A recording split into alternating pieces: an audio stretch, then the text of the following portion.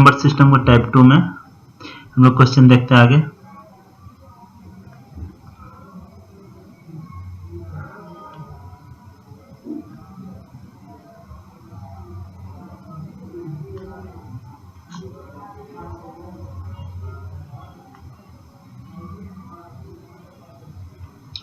Number system question देखते हैं type 2 में। चलिए पहला क्वेश्चन पे चलते हैं। इसमें दिए गए 64329 is divided by certain number while dividing numbers 175, 114 and 213 appears as 3 successive remainder. Successive remainder यानी कि अगर b को भाग देते हैं a से, ठीक है, ये लगता जा रहा है, अगर यहाँ पे p कुछ घटा, इस तरीके से रिमाइंडर जो बार बार आते रहता है उसको बोलते हैं सक्सेसिव रिमाइंडर। तो अभी हम लोग उसी तरीके से इसको सॉल्व करेंगे। एक फर्स्ट में क्या दिया है 64329, इसको भाग देते हैं। मान लीजिए कोई भी संख्या होगा a p, कुछ किसी भी संख्या से भाग देंगे तो पहली बार में जो लगेगा जो भी होगा, इसका रिमाइंडर क्या बता रहा है 175 है, 175, ठीक है। अब इसके बाद 3 बार अगर रिमाइंडर दिख रहा है तो आपको ये खुद ही समझ में आ रहा होगा कि 3 बार ये 3 स्टेप तक जाएगा। तो इसके बाद क्या आ सकता है, इसके बाद 2 आएगा, ठीक है। इसमें अब फिर कुछ लगेगा, फिर क्या आएगा, रिमाइंडर हमारा 114, फिर इस पे 9 आएगा, फिर बता रहा है कि रिमाइंडर 213, ठीक है, रिमाइंडर 213 आ गया हमारा। तो जो जिस भी संख्या से हम भाग दे रहे होंगे तो p का वैल्यू क्या हो सकता है 213 से ज्यादा ही होगा, क्लियर है। तो यहाँ पे अभी हम निकालते हैं, यहाँ पे क्या हो सकता था, ये तो क्लियर हो गया कि p जो होगा वो p अगर रिमाइंडर 213 है यानी कि 213 से ज्यादा है, तभी तो रिमाइंडर 213 बच गया।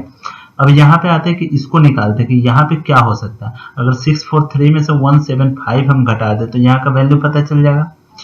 643 में से हम 175 घटाते हैं, 13 में से 5 गया 8 और 13 में से 7 गया 6, 468 आया, ठीक है। तो इसको हम यहाँ लिखते हैं 643 माइनस 175 इक्वल टू 468। अब फिर इसका वैल्यू पता करते हैं। इसका वैल्यू हम लोग कैसे पता करेंगे, इसको भी 1752 में से घटा देंगे 114, क्योंकि हमारा रिमाइंडर क्या बचा था 114, 9 तो हम बाद में लिखे हैं, यहाँ पे 175 था, 2 हम बाद में लिखे थे। तो इसको जब घटाएंगे तो कितना आएगा, 12 में से 4 गया 8, 4 में से 1 गया 3 और 17 में से 1 गया 1638। फिर आते हैं इसका भी हम निकालते हैं, तो 1149 माइनस 213, तो इसका वैल्यू निकल जाएगा कि यहाँ पे क्या हो सकता है वो निकल जाएगा, क्लियर। तो इसको घटाते हैं तो 6 आया, फिर 4 में से 1 गया 3 आया, फिर 11 में से 2 गया 936 आया, क्लियर। अब देखिए यहाँ अगर हम 468 लिखते हैं, ठीक है, तो ये क्या होगा, जो भी संख्या p होगा, p में किसी भी संख्या से गुना होगा, p में 2 से गुना होगा, 1 से या 3 से, कुछ भी होगा, गुना होगा, 468 होगा, ठीक है। तो 468, अब देखिए ऑप्शन हमारे पास क्या क्या है, 468 तो है नहीं, तो इससे कुछ छोटा है, तो 468 का गुणज हो क्या सकता है। 468 में हम 2 से भाग देकर देखेंगे क्या आता है, 2 दूनी 4, 3 दूनी 6 और 4 दूनी 8, 234 आता है, ठीक है। और पहले ही हम लोग देख चुके थे कि अगर रिमाइंडर 213 है तो p का वैल्यू, डिविजर का वैल्यू हमेशा रिमाइंडर से बड़ा ही होगा, 213 से बड़ा, 213 से बड़ा 234 हमको दिख गया, तो ऑब्वियसली यही आंसर होगा इसका। अभी देखिए नेक्स्ट क्वेश्चन पे चलते हैं। The greatest common divisor of इतना इज। अब इसमें देखिए 3 का पावर अगर हम कुछ भी रखेंगे, 3 का पावर अगर हम कुछ भी रखेंगे, मान लीजिए 3 स्क्वायर है 9 आता है, 3 क्यूब है 27 आता है, 3 का पावर 4 है 81 आता है, कुछ भी हम करते हैं तो ये क्या आता है, ऑड संख्या है, ठीक है। उसी तरीके से यहाँ पे भी 3 का पावर कुछ भी होगा तो ऑड संख्या ही आएगा। ऑड में अगर हम 1 जोड़ते हैं, किसी भी ऑड में अगर हम 1 जोड़ते हैं तो क्या आएगा, इवन संख्या आ जाएगा। और यहाँ देखिए इस दोनों में कॉमन कुछ भी हो नहीं सकता है, सिर्फ अगर ये मान लीजिए कुछ भी आता है, अगर 81 आता है, ठीक है, एज्यूम करते हैं, तो प्लस 1 82 आता। फिर यहाँ पे आते हैं तो ये भी अपना कुछ भी आता, मान लीजिए 27 आता, प्लस 1 28, तो इस दोनों में हमको जो ऑप्शन है उसमें कॉमन क्या दिख रहा है? कॉमन क्या दिख रहा है? सिर्फ हमारा कॉमन दिख रहा है 2, यानी कि 2 हम बाहर निकाल सकते हैं और जो भी होगा तो 2 से कटेगा। तो वही पूछा, ग्रेटेस्ट कॉमन डिविजन 2। क्लियर? अभी देखिए, if m and n are positive integer and m minus n is an even number. मान लीजिए m माइनस n जो भी है वो इवन है, यानी कि 2 का गुणज होगा, तो इसको हम 2p लिख सकते हैं, 2 का ही गुणज होगा अगर इवन है तो। और आगे पूछ रहा है कि m square minus n square will be always divisible by, किससे होगा? तो अब देखिए, इवन नंबर तो हो सकता है अगर हम ऑड में से ऑड को भी घटाएं, जैसे मान लीजिए 3 है, 3 में से अगर हम 1 को घटाते हैं फिर भी ये इवन आ जाता है, 2 आ जाता है, ठीक है। लेकिन जोड़ेंगे फिर भी ये इवन आ जाएगा, तो ऑड भी हो सकता है और इवन भी हो सकता है इस केस में, और जोड़ने के केस में भी। तो यहाँ इसका फैक्टर क्या आता है? m plus n into m minus n। अब मान लीजिए इसको हम 3 ले लिए, या ऐसे भी रखते हैं, ठीक है। इसके जगह हम क्या कर दिए? 2p। सिंपल सा बात है, अगर ये 2p हो गया, ठीक है, इसका ले लिए थे और इसका फैक्टर m प्लस n है, तो m प्लस n भी तो किसी 2 का ही गुणज होगा।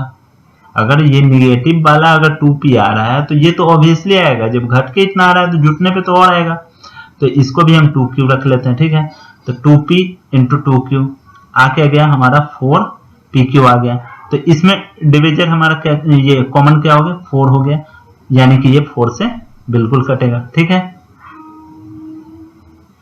अब देखिए, if n be any natural number then by which largest number इतना इज ऑलवेज डिविजिबल। अब देखिए n क्यों है माइनस n, इसमें क्या दिख रहा है? n को अगर हम कॉमन लेते हैं तो n स्क्वायर माइनस 1, और आपको पता है कि a square minus B square का फॉर्मूला क्या होता है? a plus B into A minus B. उसी तरीके से ये भी है, तो इसको क्या लिखेंगे? n into N plus 1 into N minus 1। अब एक चीज गौर कीजिएगा, n का वैल्यू हम क्या ले सकते हैं? एक से ज्यादा ही लेना पड़ेगा, क्योंकि अगर एक लेते हैं तो 1 माइनस 1 ये हमारा 0 हो जाएगा, इसलिए इसको हम मिनिमम लेंगे तो 2 लेंगे। तो 2 रख के हम देखते हैं, 2 रखे गुने 2 प्लस 1 3 और 2 माइनस 1 1, यानी कि कम से कम 6 होना चाहिए कटने के लिए, ठीक है। क्लियर? अब नेक्स्ट क्वेश्चन आते हैं। इफ दिस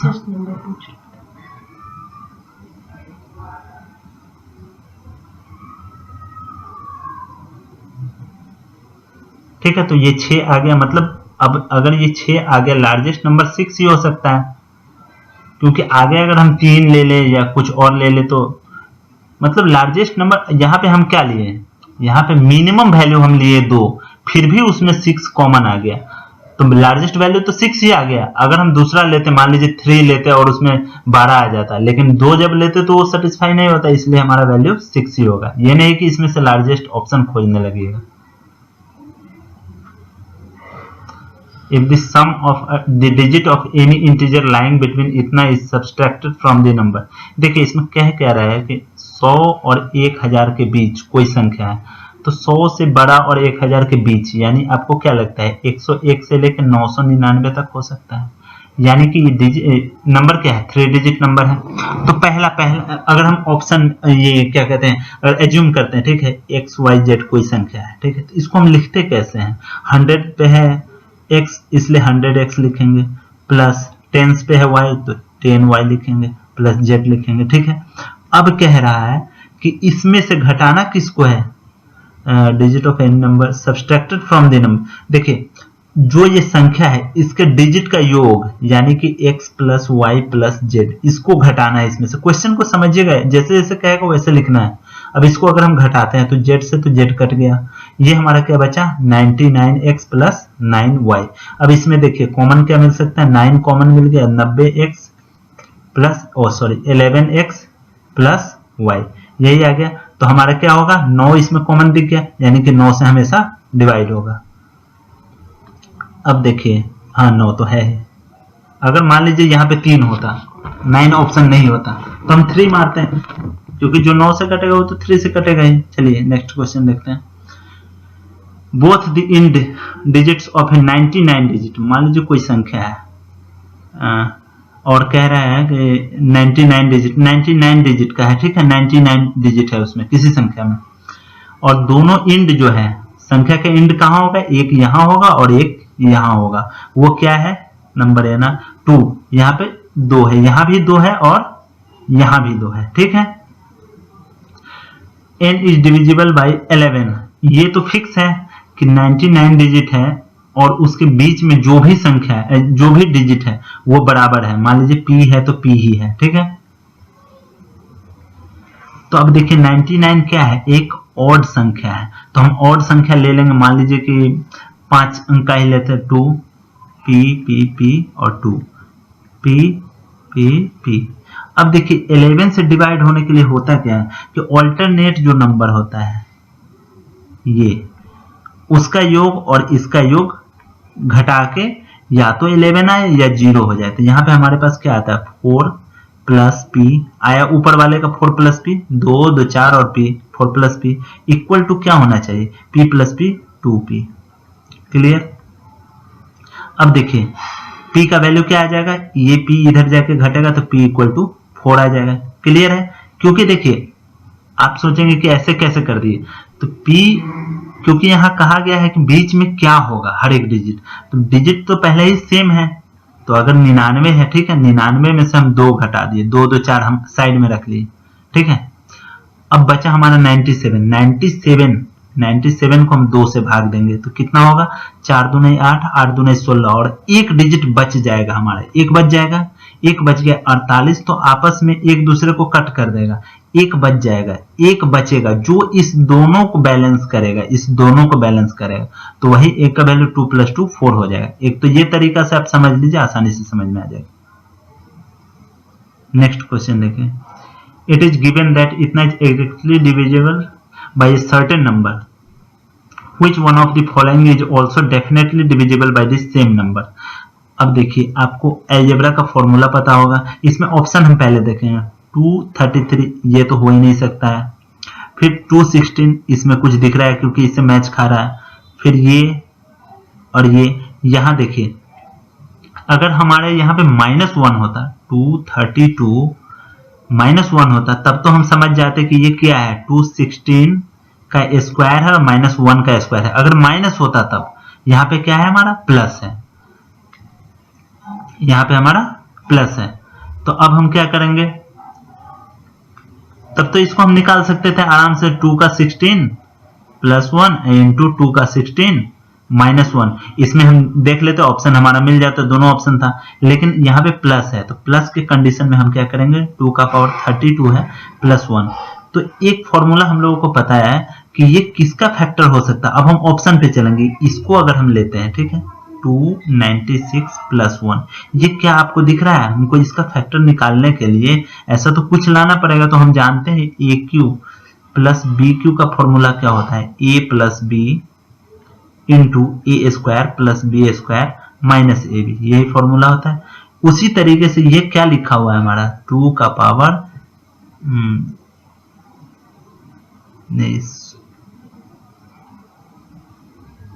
2 का पावर कितना है 2 का पावर 32, ठीक है, 2 का पावर 32, एक सेकंड इसको सही से लिखने दीजिए,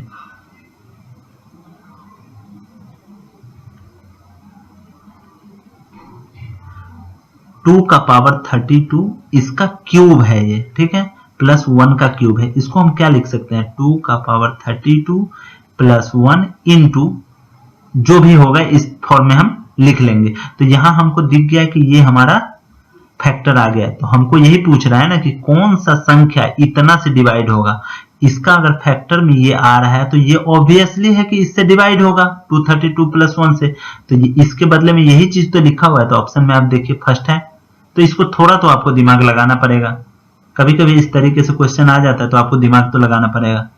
the greatest whole number by which the expression इतना is divisible for every natural number n। आपको पता है कि जैसे इस तरीके का जब भी सवाल आता है तो हम क्या करते हैं, n का वैल्यू 1 रखकर 1 पुट करके निकाल लेते हैं इसको। तो अगर 1 हम वैल्यू रखते हैं तो क्या आता है हमारा 1 + 6 + 11 + 6 प्लस 24। अब जो भी आएगा वही आंसर हो जाएगा आपका। 7 11 7 18 6 24 और प्लस 24 48, यही आपका आंसर हो जाएगा। इसको आप नोट कर लीजिएगा आराम से। जब भी इस तरीके का क्वेश्चन है इनका वैल्यू 1 रख के पुट करके आप निकाल लीजिए। क्योंकि देखिए द ग्रेटेस्ट होल नंबर आपको पता है 0 से लेकर इन्फिनिटी तक होता है, बाय व्हिच द एक्सप्रेशन इतना इज डिविजिबल, तो वही निकालना है, तो n का वैल्यू 1 रख के निकाल लेंगे। देखिए इफ a इक्वल टू, ये हम इसलिए लिए हैं क्योंकि आप लोग भूल जाते हैं, तो इसको कैसे सॉल्व करते हैं ये देखिए। a भी पूछ रहा है, a की जगह a b अगर हम लिखते हैं तो 40 11 इंटू 3989, इसमें क्या सिमिलरिटी दिख रहा है आपको? सिमिलरिटी में ये है कि ये 4000 में 11 जुटा है और ये 4000 में 11 घटा हुआ है, तो इसको हम क्या लिख सकते हैं? 4000 प्लस 11 और इंटू 4000 माइनस 11, ठीक है। अब ये क्या आ गया आपको? a plus B into A minus B, A plus A square minus B square. Clear है? 16 पे कितना आ जाएगा? 1 2 3 1 2 3, और इसमें से 121 घटा देंगे। क्लियर? लास्ट में 15 वाला सब में ऑप्शन है, देखिए ये आ जाएगा आपको, घटाएंगे तो 9 7 8 उसके 9 9 9 15, 3 9 8 7 9 3 9, ये आ गया आपका ऑप्शन। क्लियर है? इस तरीके से इसको ध्यान में रखना है। Arithmetic mean of first n natural number. Arithmetic mean क्या होता है? देखिए मीन क्या होता है, जैसे a प्लस बी का अगर मीन हम पूछते हैं, a और b का अगर मीन पूछते हैं, तो इसका मतलब क्या हो? a प्लस बी बाई 2, यानी कि एवरेज एक तरीके का होता है। तो आपको पता है n natural number, sum of n natural numbers होता क्या है? n into n plus 1 by 2 होता है। क्लियर? अब देखिए एवरेज अगर निकालना है, मीन निकालना है, अर्थमेटिक मीन, तो हम क्या करेंगे कि जितना संख्या उससे भाग दे देंगे।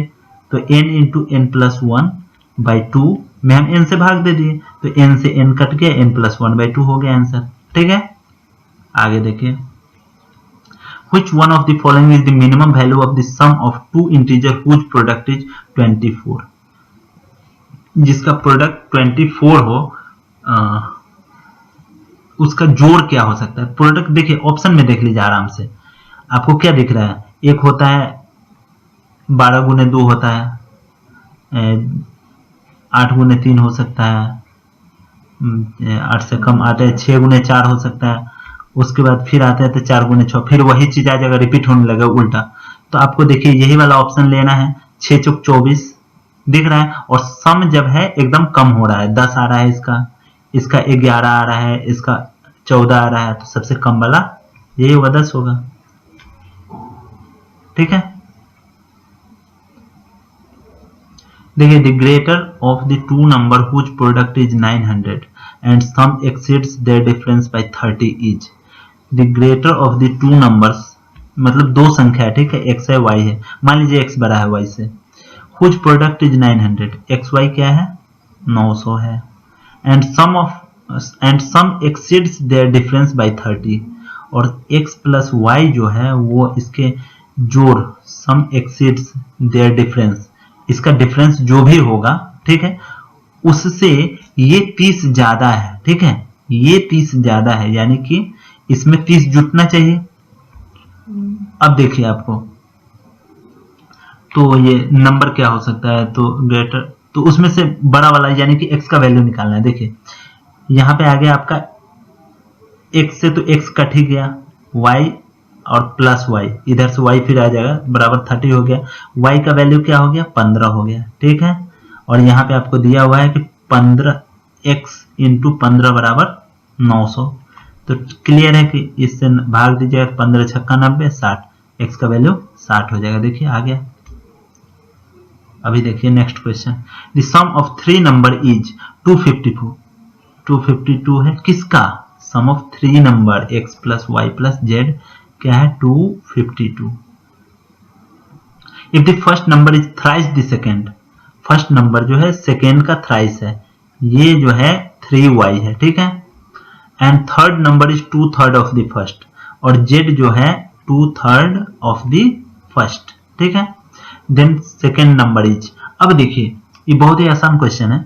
अगर सेकेंड नंबर पूछ रहा है यानी कि y का वैल्यू पूछ रहा है, तो हम क्या करेंगे, x का वैल्यू भी y के रूप में रखते चले जाएंगे, और जो वैल्यू आ जाएगा, जैसे अब y x के जगह क्या रख सकते हैं, 3y रखेंगे, प्लस y, और प्लस z के जगह क्या रखेंगे, z के जगह अगर 2/3x है और x के जगह 3/y होता है, इसको हम क्या लिख सकते हैं, 2/3, और x के जगह 3y लिख सकते हैं, इससे ये कट गया, 2y लिख सकते हैं। अब z की जगह हम बराबर क्या है, 2 5 2, 3 2 5 1 6y बराबर 252, y का वैल्यू 6 चौक 24 और 6 दूनी 12, 42 हो जाएगा।